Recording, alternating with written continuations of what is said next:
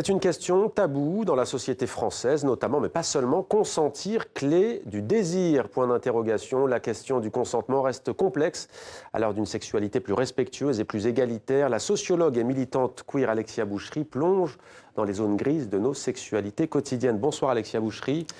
Merci d'être avec nous. Vous êtes l'autrice de Troubles dans le consentement. C'est aux éditions François Bourin. Vous êtes également sociologue. Je précise en disant militante queer que vous militez pour l'ensemble des minorités sexuelles et de genre, personnes non hétéronormées. On va parler notamment de ce mot. Alors vous commencez le livre en écrivant ceci à celles et ceux qui pensent que depuis les années 1970, la sexualité humaine est révolutionnée et libérée. Ce livre vous heurtera peut-être car il prétend le contraire. Pourtant, vous le reconnaissez vous-même, il y a bien eu des révolutions en matière de mœurs. Oui, on note quand même que la sexualité est moins encastrée dans des normes de religion, de la famille. Enfin, il y a moins de pression, mais c'est pas non plus comme si tout un chacun pouvait exprimer sa sexualité comme il ou elle le voudrait. On le voit dans des agressions lesbophobes, homophobes, il y en a tout le temps.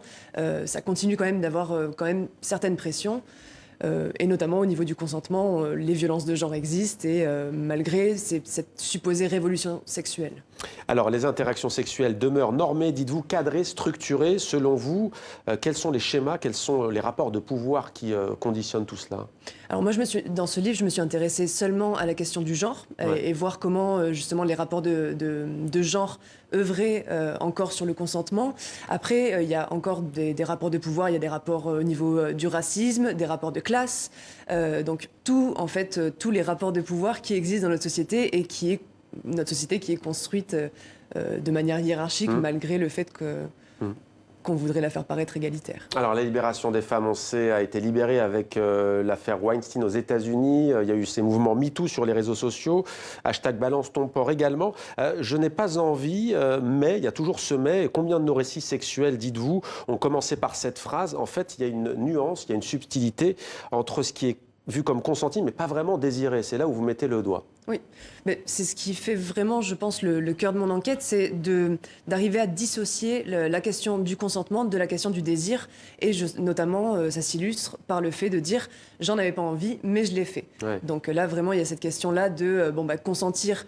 A priori, il y a du consentement puisque les personnes ont accepté ou proposé une relation sexuelle, mais elles n'étaient pas motivées par du désir de prime abord. Et parce qu'elles sont ensemble, parce qu'elles sont mariées, parce qu'elles sont pacsées, parce qu'elles sont en couple. Et il y a cette question aussi qui conditionne un peu cela, c'est celle du devoir conjugal. Oui.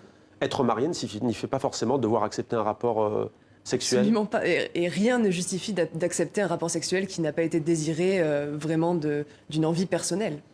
Alors vous avez interrogé plusieurs personnes et on se rend compte qu'il n'y a donc pas forcément de contraintes explicites, contrairement par exemple au cas de viol. Qu'est-ce que vous appelez les troubles du consentement? Le titre est fort, troubles dans le consentement. Alors, trouble dans le consentement, c'est aussi un clin d'œil à une autrice, une philosophe américaine qui s'appelle Judith Butler, qui est féministe et qui a écrit Trouble dans le genre, donc qui mobilise le concept d'hétéronormativité que je mobilise également dans le livre. Après, trouble aussi parce que je vais parler des zones grises. Et les zones grises, moi, je les vois justement comme toutes les situations sexuelles qui ont suivi le « je n'en avais pas envie, mais je l'ai fait ». Et voilà. Mais là, ce qui est intéressant, c'est qu'il y a par exemple un garçon que vous interrogez dans ce livre qui s'est montré capable d'identifier des relations sexuelles, entre guillemets, problématiques dans des scénarios que vous lui avez proposés, que vous lui avez présentés. Mais quand il s'agit de lui, eh bien, il ne les voit plus. Comment vous l'expliquez?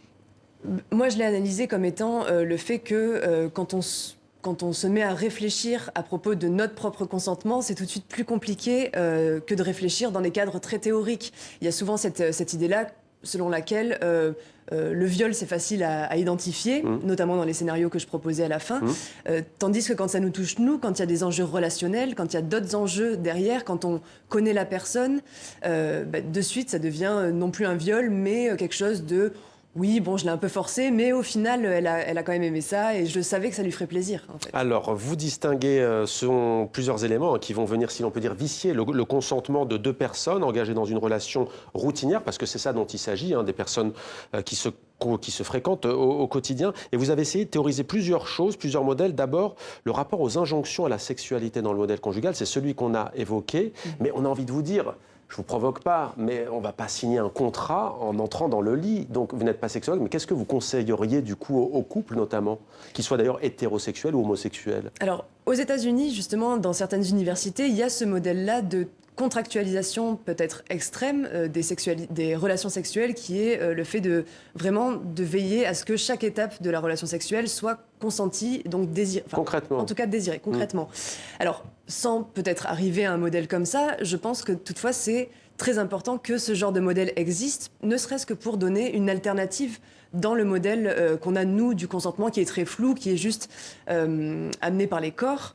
Et donc, ce qui peut être très simple à faire, c'est vraiment de questionner son envie propre, de se poser la question, avant d'avoir une relation sexuelle, de dire, est-ce que j'en ai véritablement envie, ou est-ce que mon consentement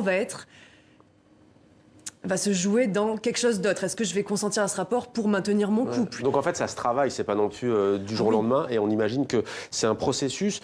Bien entendu, ce livre fait écho aussi à l'adolescence, aux jeunes qui parfois n'ont pas une éducation sexuelle qui leur permet de savoir ce qui est autorisé ou ce qui ne l'est pas. Vous d'ailleurs, vous êtes très clair, vous dites on n'a pas à imposer, à avoir de relations sexuelles, on n'a pas à en donner, on n'a pas à en recevoir forcément. Ah ben parce que c'est vraiment pour moi la véritable révolution sexuelle qui devrait avoir lieu, c'est vraiment cette idée-là d'avoir des relations sexuelles que lorsqu'on le désire réellement, et parce que c'est ça, enfin, quand la sexualité est devenue relationnelle maintenant, de par le fait, l'invention de la pilule, enfin, le contrôle médical qu'il y a sur la sexualité nous permet d'avoir d'avoir des relations sexuelles qui seraient plus relationnel, qui serait juste là pour le plaisir. Et donc, c'est la base de la sexualité qui est de se faire plaisir et rien d'autre. Est-ce qu'un consentement éclairé peut advenir sans de profondes transformations au-delà du couple dans nos sociétés? C'est aussi la grande question. Alors, éclairé, je ne sais pas, parce que pour qu'un consentement soit réellement éclairé, il faudrait justement que chaque étape de la relation sexuelle à laquelle on va consentir soit donnée, puisque dans la loi, c'est ça, quelque chose qui est éclairé, c'est vraiment d'avoir sous les yeux tous les petites astérisques ou les petites choses écrites qui vont faire qu'on consent de manière totalement éclairée à quelque chose. Dans une relation sexuelle, si c'est pas explicité, on consent à une relation sexuelle, mais on ne sait pas ce à quoi on consent réellement dedans. Alors vous prenez aussi comme exemple ce qu'on appelle le BDSM, bondage, discipline, sadomasochisme. En quoi est-ce pour vous, ça peut frapper les esprits, mais en quoi est-ce une piste à explorer? Parce que justement, ça va... alors, il y a aussi des viols, ça existe aussi dans le BDSM, malgré le fait que le consentement soit beaucoup plus recherché, beaucoup plus marqué. Moi, je trouve que c'est une piste très intéressante parce que ça questionne les pratiques dans la sexualité. Alors, on va chercher la question du consentement là-dessus parce que c'est des pratiques qui vont sortir quelque part de l'ordinaire. Donc déjà, on joue carte sur table, vous voulez dire? Exactement. Et sauf que le problème, c'est que dans la sexualité de tous les jours, on va pas questionner les relations, on va dire juste de coït, pénis, vagin. Parce qu'elles sont classiques, ouais. Parce qu'elles sont très classiques et parce que c'est normal. C'est dans la normalité, donc on va pas interroger ça. Alors que ça devrait être interrogé... Merci beaucoup Alexia Boucherie, militante queer et donc autrice de ce livre Troubles dans le consentement, du désir partagé au viol, ouvrir la boîte noire des relations sexuelles. C'est aux éditions EFB, genre la collection pour la collection. Merci à vous d'avoir répondu à nos questions. Merci.